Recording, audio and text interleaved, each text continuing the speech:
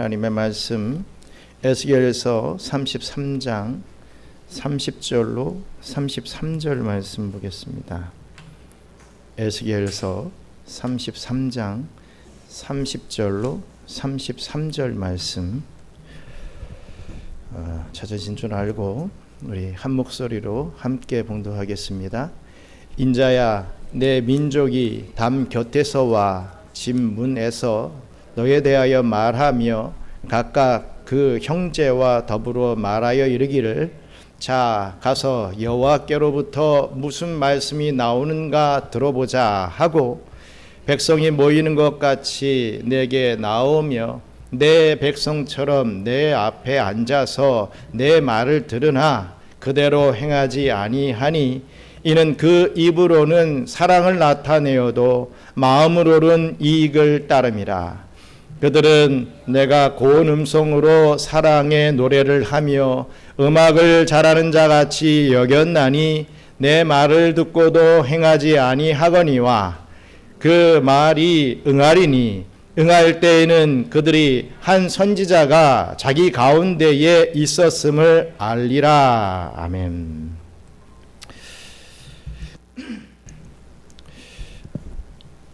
연주가 되어서 또 많은 분들 나오지 못했지만 어디에 계시더라도 오늘 말씀은 꼭 함께 나누는 그런 은혜가 있기를 원합니다. 미국의 위대한 전도자였던 무디 목사님의 이야기를 다들 잘 알고 계실 것입니다.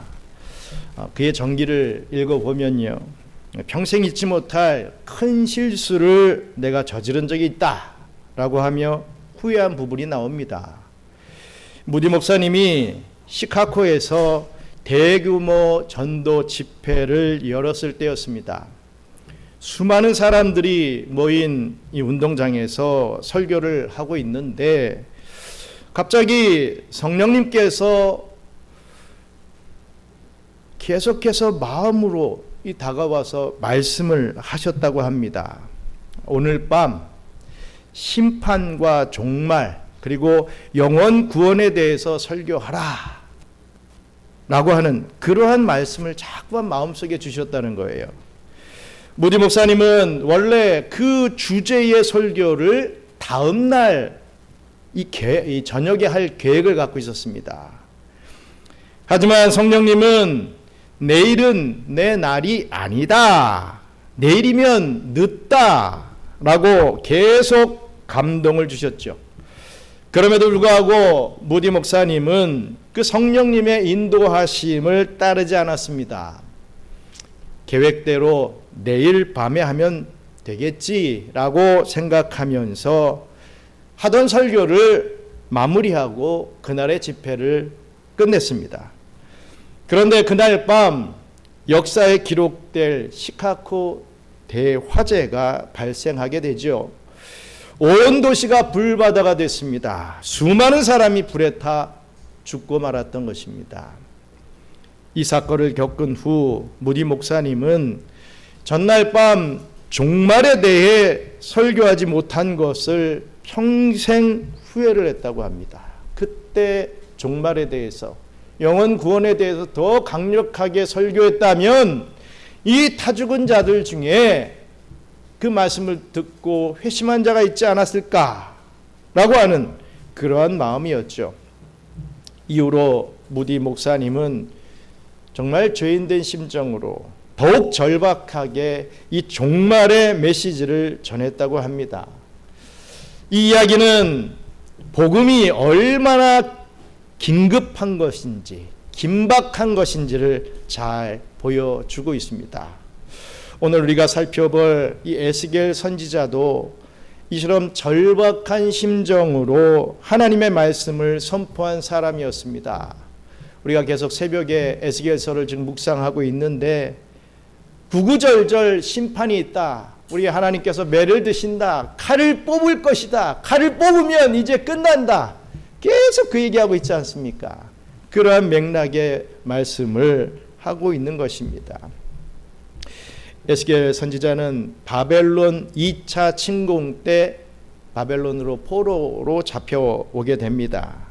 그는 동족인 남유다 백성들에게 우리가 고국을 잃고 이렇게 포로가 된 것은 하나님 앞에서 죄를 지었기 때문이다 라고 외쳤습니다.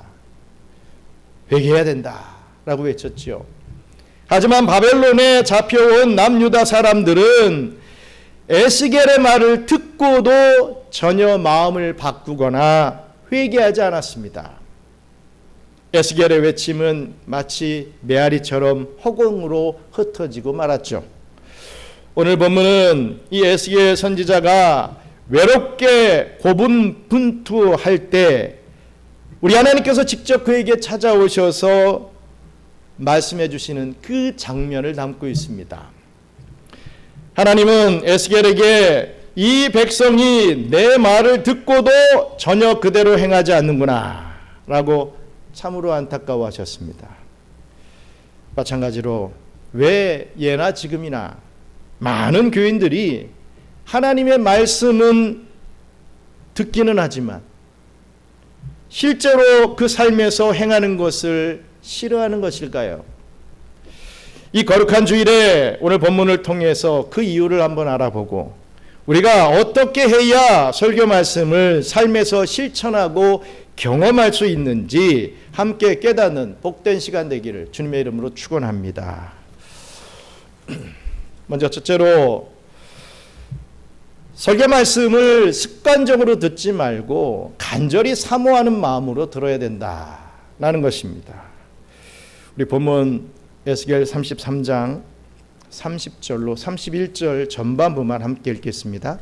인자야 내 민족이 담 곁에서와 집 문에서 너에 대하여 말하며 각각 그 형제와 더불어 말하여 이르기를 자 가서 여호와께로부터 무슨 말씀이 나오는가 들어보자 하고 백성이 모이는 것 같이 내게 나오며 내 백성처럼 내 앞에 앉아서 내 말을 들으나. 아멘.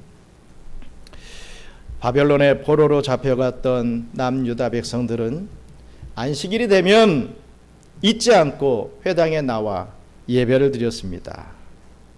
이렇게 포로지에서 예배를 드린다라고 하는 것은 어떻게 보면 그것 자체로도 대단한 것이지요. 마찬가지로 외국에 나와서 교회를 찾아서 예배를 드린다라는 것도 그 자체로 대단함을 인정합니다. 하지만 오늘 설교의 초점은요, 그것은 그저 습관적인 형식에 불과했다라는 것을 말하고 있습니다. 본문에서 자 가서 여호와께로부터 무슨 말씀이 나오는가 들어보자 라고 하는 이 말은요, 언뜻 보면 우리 하나님의 말씀에 좀 집중해보자 라고 하는 아주 좋은 의미처럼 들립니다. 하지만 그 의미는 전혀 다른 것이었습니다. 이 말은 에휴 오늘도 모일 날이 되었구나, 뭐 별 수 있나, 어쨌든 회당에 가서 에스겔 선지자가 오늘은 또 무슨 말을 하나 들어나 보자 라고 하는 그런 뉘앙스의 이 말씀이라는 것입니다. 우리 한번 말씀을 사모해서 들어보자 이게 아니라 에이 뭐 주일이 되었으니까 교회는 안 나갈 수 없고 그 목사님의 설교 한번 들어나 보자 뭔 말 하는지, 이런 뉘앙스라는 거죠. 에스겔의 설교를 듣는 것은 그저 정기적인 행사에 불과했던 것입니다. 우리 31절 상반절의 말씀을 보면요, 하나님께서 그들의 태도를 이렇게 묘사를 하고 있습니다. 한번 같이 읽겠습니다.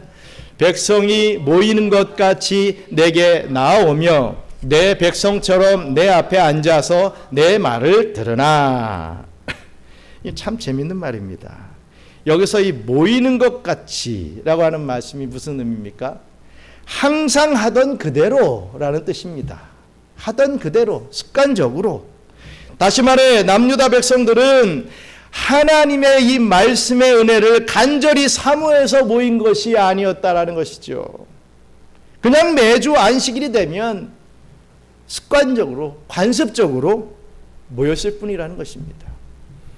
죄를 지어 포로가 되었는데도 회개할 마음은 없고 그저 동족끼리 만나 이야기나 나누려고 모였다는 것입니다.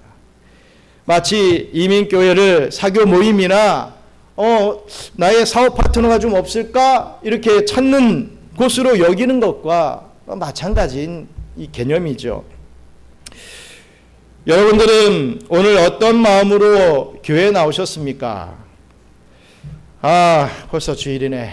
안 가면 또 목사님한테 연락 올지도 모르는데, 또 내가 그래도 모태신앙인데, 내가 그래도 직분자인데, 내가 그래도 이 한인사회에서 그래도 좀 덕망이 있는데, 교회를 나가주면 더 그게 빛이 날 거야.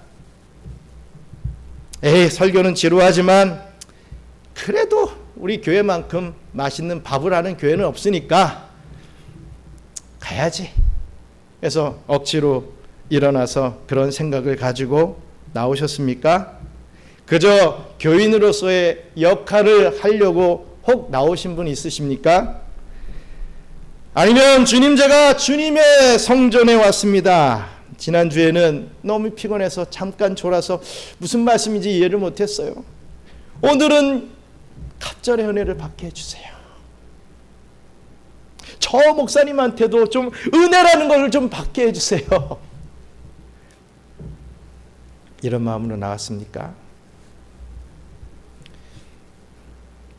돌아오는 한 주간을 더 바르게 하나님 말씀대로 좀 살 수 있게 해주세요. 그렇도록 은혜와 능력을 좀 더해 주세요 라고 정말 간절히 기도하는 마음으로 오셨습니까? 여러분, 예배에 나오실 때 그냥 나오지 마십시오. 주일날 눈을 뜨면 제일 먼저 기도하십시오. 오늘 주일에 말씀의 은혜를 좀 받게 해주십시오. 여러분들이 그런 기도를 하고 나와야 은혜가 있지, 아무런 준비 없이 그냥 일어나서 부시시한 몸으로 나와서 죄송합니다. 그래, 네가 하는, 네 목사 당신이 하는 말씀 내가 하나 들어나 봅시다.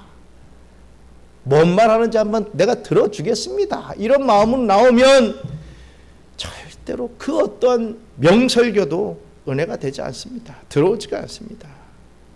여러분들이 받을 마음밭이 돼야 그 어떤 말씀이 뭐 좀 어눌하고 재미없고 해도 그 설교 말씀이, 지난주에도 말씀드렸지 않습니까? 설교자의 책임도 있지만 받아들이는 자의 책임도 너무 크다고. 그래야 은혜가 있다 이거지요. 하나님은 습관적으로 예배에 나오던 남유다 백성들을 가리켜서 내 백성인 것처럼 에스겔 네 앞에 앉아있다.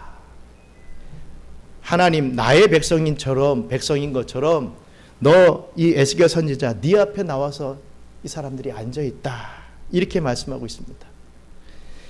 이는 그들이 겉으로는 하나님의 백성처럼 보이지만 하나님은 그들을 당신의 백성으로 인정하지 않겠다라고 하는 정말 무서운 뜻이 담겨있는 말씀입니다. 그냥 이 말씀을 그냥 호락호락 넘기면 안 된다는 거지요. 다 교회에 나온 것 같지만 다 하나님의 백성은 아니다라고 하는 정말 무서운 진리의 말씀이 담겨져 있다는 것입니다. 에스겔 선지자 앞에는 수많은 사람들이 모였을 것입니다. 하지만 그 많은 사람들 중에 진정으로 하나님의 백성들은 많지 않다는 것이지요. 제가 한국에서 사역을 할 때 이 교회에 형편이 어려운 분들이 참 많이 왔습니다. 저희 목요 주면은 다 임대주택 어려운 분들 뭐 이런 사람들이 사는 이 대표적인 강서구였기 때문에 교회에 그런 분들이 참 많이 왔습니다. 물론 모두 그런 것은 아니지만 참 많은 분들이 교회 나가면 나에게 뭔가 좀 도와줄 것이 없나, 내가 도움을 받을 것이 없나, 이런 기대를 하며 왔다가 물질적인 도움이 기대에 못 미치자 다른 교회로 옮기는 것을 참 많이 봤습니다. 그들은 말씀이 아니라 물질이 중심이었기 때문에 그 축복의 자리를 떠나가게 되었던 것이지요. 오늘날에도 수많은 사람들이 교회에 모이지만 그저 하나님의 백성처럼 보이기만 하는 사람이 얼마나 많겠습니까? 간절한 마음 없이 습관적으로 모이는 사람은 진정한 성도가 될 수 없습니다. 진정한 하나님의 백성이 되려면 습관적인 마음부터 완전히 버려야 됩니다. 그게 오늘의 말씀의 키포인트입니다. 늘 진심으로 은혜를 사모하며 말씀 한 절 한 절에 집중하여 귀 기울이는 그러한 저와 우리 경영의 성도님들 되시기를 간절히 바랍니다. 둘째로, 설교를 들을 때 욕심에 얽매이지 말고 하나님의 말씀에 순종해야 합니다. 우리 31절 하반절 같이 읽겠습니다. 그대로 행하지 아니하니 이는 그 입으로는 사랑을 나타내어도 마음으로는 이익을 따름이라. 남유다 백성들은 말씀을 듣기는 했지만 그대로 행하지 않았습니다. 그 이유가 무엇입니까? 그 이유는 마음이 하나님의 말씀보다 자신의 욕심과 이익에 끌려다녔기 때문입니다. 여기서 사랑이라는 표현이 나오죠. 이 사랑은 헌신을 의미합니다. 즉 남유다 백성들은 입으로만 하나님을 사랑하고 하나님 앞에 헌신하겠다 고백했다는 거죠. 입으로만. 그들은 매일같이 신명기 6장 4절로 6절 말씀, 이 쉐마의 말씀을 낭송하며 하나님을 사랑합니다. 내가 하나님을 이렇게 사랑합니다. 라고 외쳤습니다. 매일같이. 하지만 그들의 진짜 마음은 다른 곳에 있었습니다.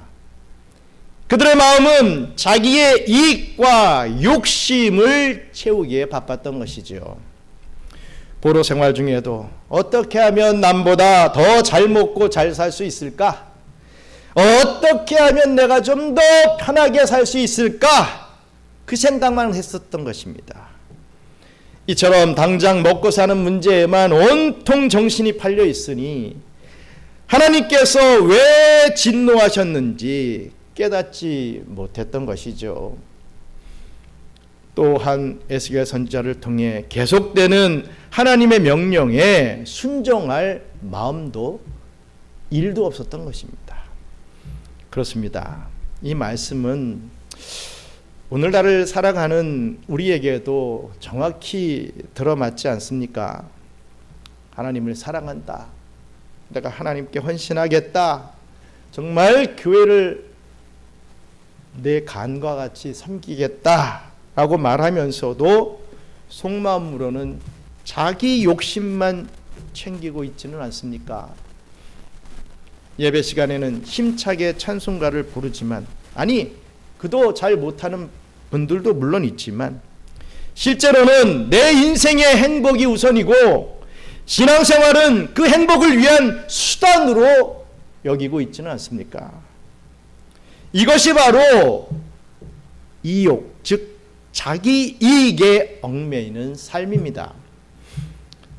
내가 입을 것 다 입고 내가 먹을 것 다 먹고 하고 싶은 것 다 한 다음에 남는 것 가지고 하나님께 헌신하겠다라고 생색을 내는 모습과 같다는 것이지요. 예를 들면 중요한 프로젝트가 생기면 주일 예배 시간을 포기하고 돈이 좀 필요하다 싶으면 이번 달 11조 헌금까지 다 써버리는 경우가 많습니다. 그리고 남은 돈으로 헌신이라고 하는 이름을 붙여 하나님 앞에 드리게 되죠. 가슴에 손을 얹고 한번 생각해 보시기 바랍니다. 하나님께서 내 인생에서 가장 중요한 것이 무엇이냐? 너의 인생에서 가장 중요한 것이 도대체 무엇이냐? 라고 물으셨을 때 너의 삶의 목적, 너의 삶의 존재가 무엇이냐? 라고 물으셨을 때 하나님의 영광을 위해서입니다. 라고 당당하게 대답할 수 있는 사람이 과연 몇 명이나 될까요? 우리가 하나님의 명령을 듣고도 순종하지 못하는 이유는 변명할 것이 없습니다. 자기 자신의 이익과 욕심을 먼저 채우려 하기 때문에 그렇습니다. 항상 저울질하죠. 하나님의 것이냐 내 것이냐, 하나님의 것이냐 내 것이냐. 무게가 좀 실리면은 내가 순종하는 것 같고, 무게가 덜 실리고 나 중심으로 치우쳐지면 뭔가 시험받는 것 같고, 내가 이렇게 해가지고 뭐 구원받을 수 있느냐 뭐 이런 얘기는 하고, 항상 신앙을 저울질하죠.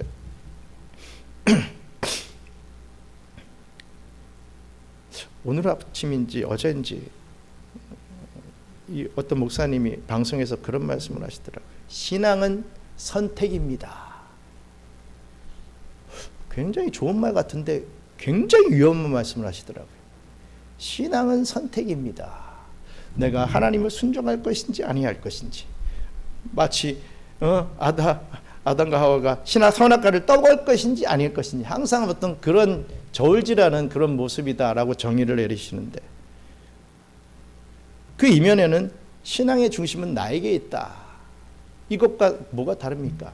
내가 좋으면 믿는 것이고 내가 싫으면 안 믿는 것이고, 항상 그렇게 선택적으로만 얘기를 하니 신앙이 성장할 수가 없죠. 내가 주체가 되는데, 하나님이 중심이 되어서 내가 하나님께 맞춰져야 되는 게 신앙인데, 그게 신앙의 삶인데, 자꾸만 나에게 하나님을 맞추려고 하니 무슨 신앙이 성장하겠습니까? 나의 이익과 유익이 생기면 당장 하나님을 내팽개쳐버리는 우리들의 모습에 어떻게 은혜가 있을 수 있겠느냐 이거죠. 다 뭐가 잘 되면 다 내가 잘 돼서 한 것이고, 내가 경험이 있었기 때문에, 내가 지식이 있었기 때문에, 내가 내 능력으로 했다, 이렇게 되는 건 아니겠습니까?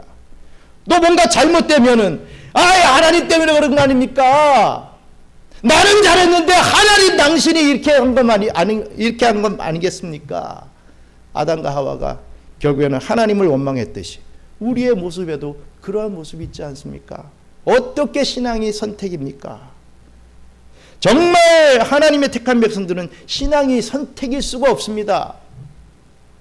신앙은 필수요. 신앙은 절대로 우연이 될 수가 없습니다.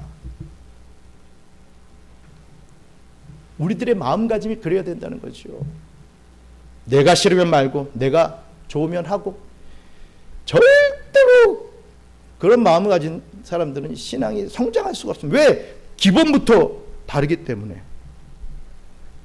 하나님 중심, 말씀 중심, 교회 중심이라고 했습니다.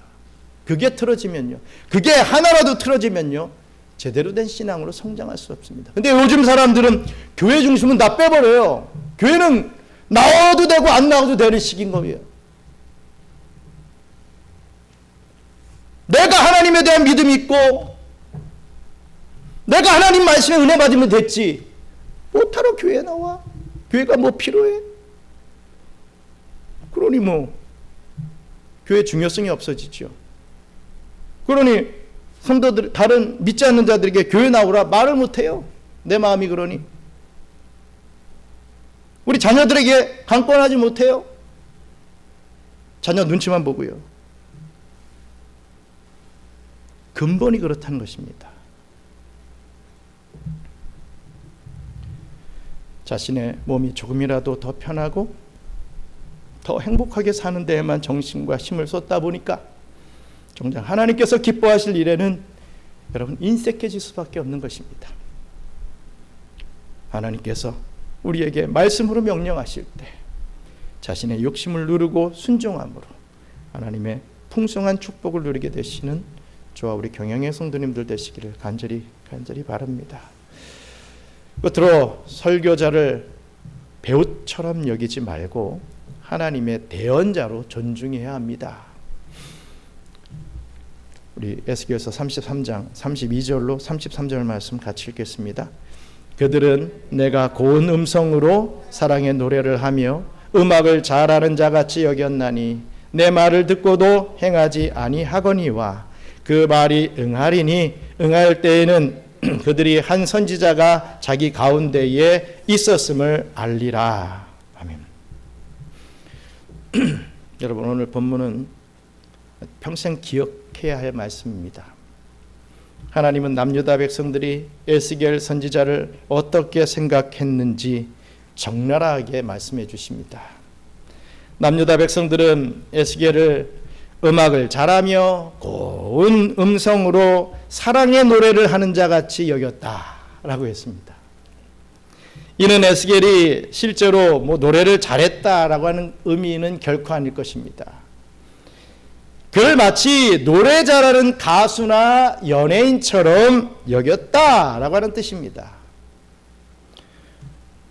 포로 생활로 우울하고 낙심해 있던 이 남유다 백성들은 에스겔을 그저 재미있는 이야기를 들려주고 우리의 기분이나 좀 풀어주는 사람, 덕담이나 좀 해주고 손을 들어서 축복이나 좀 빌어주는 사람, 그 정도로 딱 거기까지로 여겼다는 것입니다.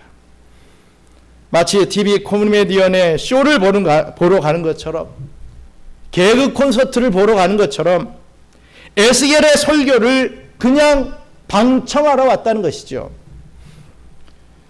오늘날의 교회도 이와 크게 다르지 않습니다.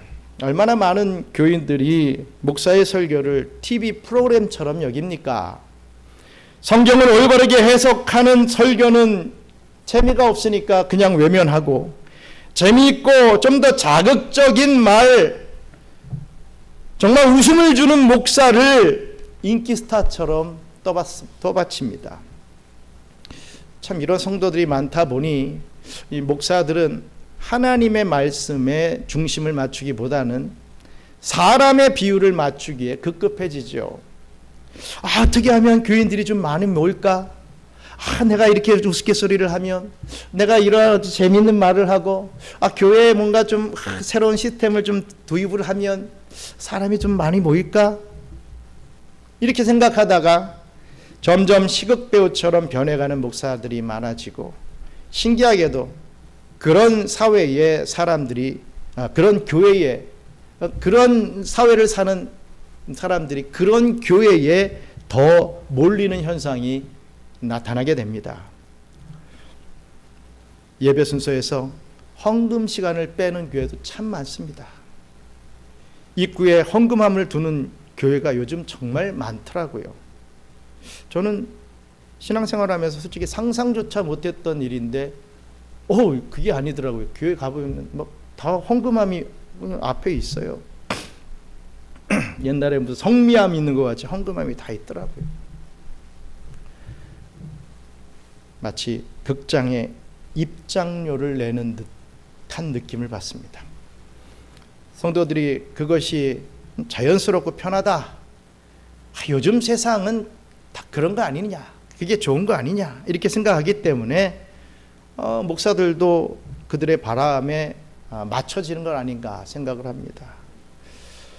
더 나아가 재미있는 쇼나 공연을 보러 온 사람이 그 내용을 반드시 실천할 의무가 있겠습니까?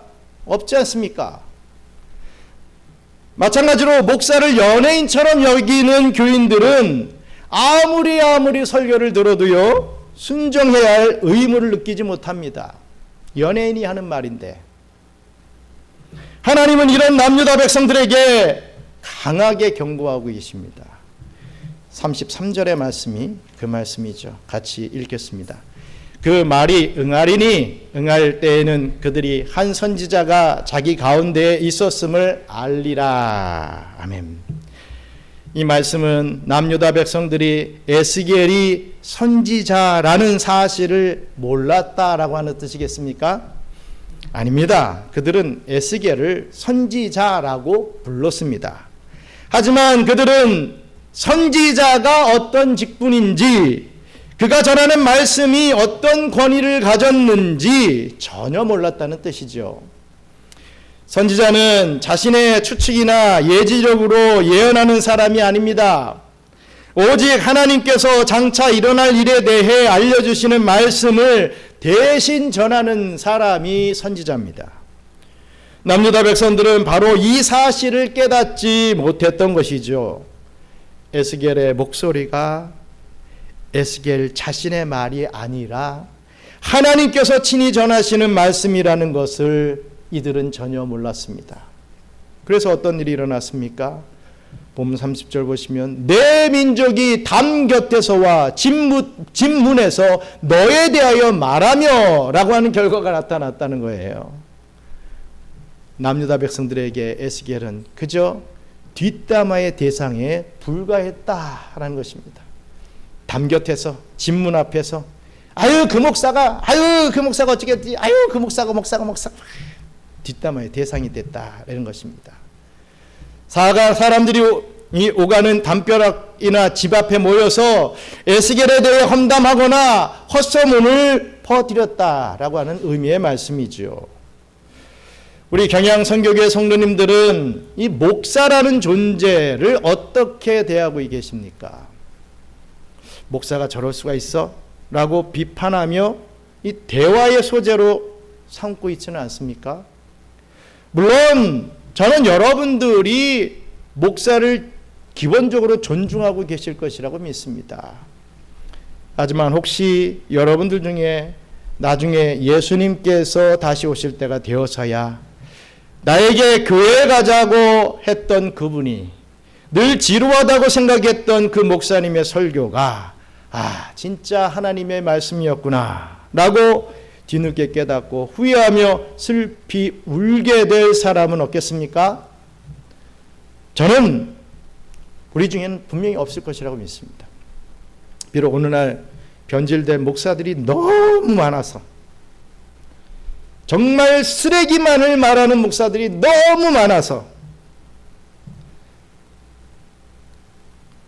그들이 기준이 되는 그런 관계로, 그래도 어눌하지만 바른 말을 하는 목사들이 참으로 목사 대우를 못 받는 세상이지만, 우리 하나님께서는 여전히 남은 선한 목사들, 정말 에스겔 같은 선지자를 통해서 구원의 역사를 이어가실 줄 믿습니다. 여러분들은 목사의 설교를 통해 하나님의 음성을 들을 줄 알아야 합니다. 목사는 자신의 의견을 말하는 사람이 아니라 반드시 이루어질 하나님의 예언을 정확하게 선포하는 하나님의 대언자임을 믿고 그 말씀을 따르는 성도들이 되시기를 주님의 이름으로 축원합니다. 사랑하는 경양선교교회 성도 여러분, 교회에서 가장 중요한 것이 무엇입니까? 말씀 선포입니다. 그렇기 때문에 주일 예배, 수요 예배, 새벽 예배, 구역 예배, 또 성경 공부에서 이 말씀을 읽고 듣는 시간이 가장 많은 것이 당연한 이치입니다. 하지만 심각한 문제는요, 말씀은 선포되는데 그냥 거기에서 끝난다는 사실이죠. 말씀을 혼자 읽고 깨닫기 어렵기 때문에 우리 하나님은 목사들을 세워 설교를 통해 그 뜻을 쉽게 깨닫게 하셨습니다.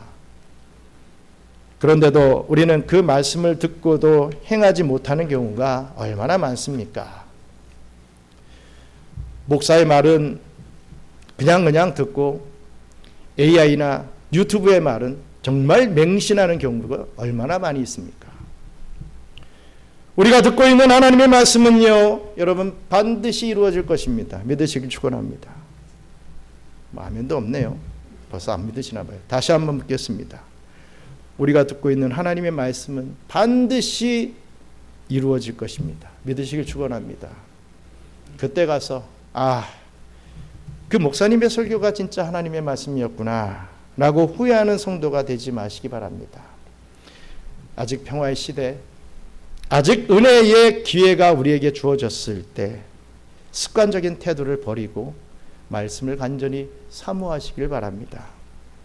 지금도 올바른 말씀이 선포되고 있는 이 시기에 참 많은 말씀들이 난무하지만, 여러분 목사만 설교하는 게 아니죠. 방송에서 목사만 설교하는 게 아니죠. 세상의 모든 것이 다 설교를 쏟아냅니다. 우상들도 다 설교를 합니다. 설교가 뭡니까? 나를 믿어라 이거죠. 나를 따르라 이거 아니겠습니까? 그 중에서 정말 바른 설교를 우리가 분별하는 것, 그것 참 큰 은혜일 줄 믿습니다.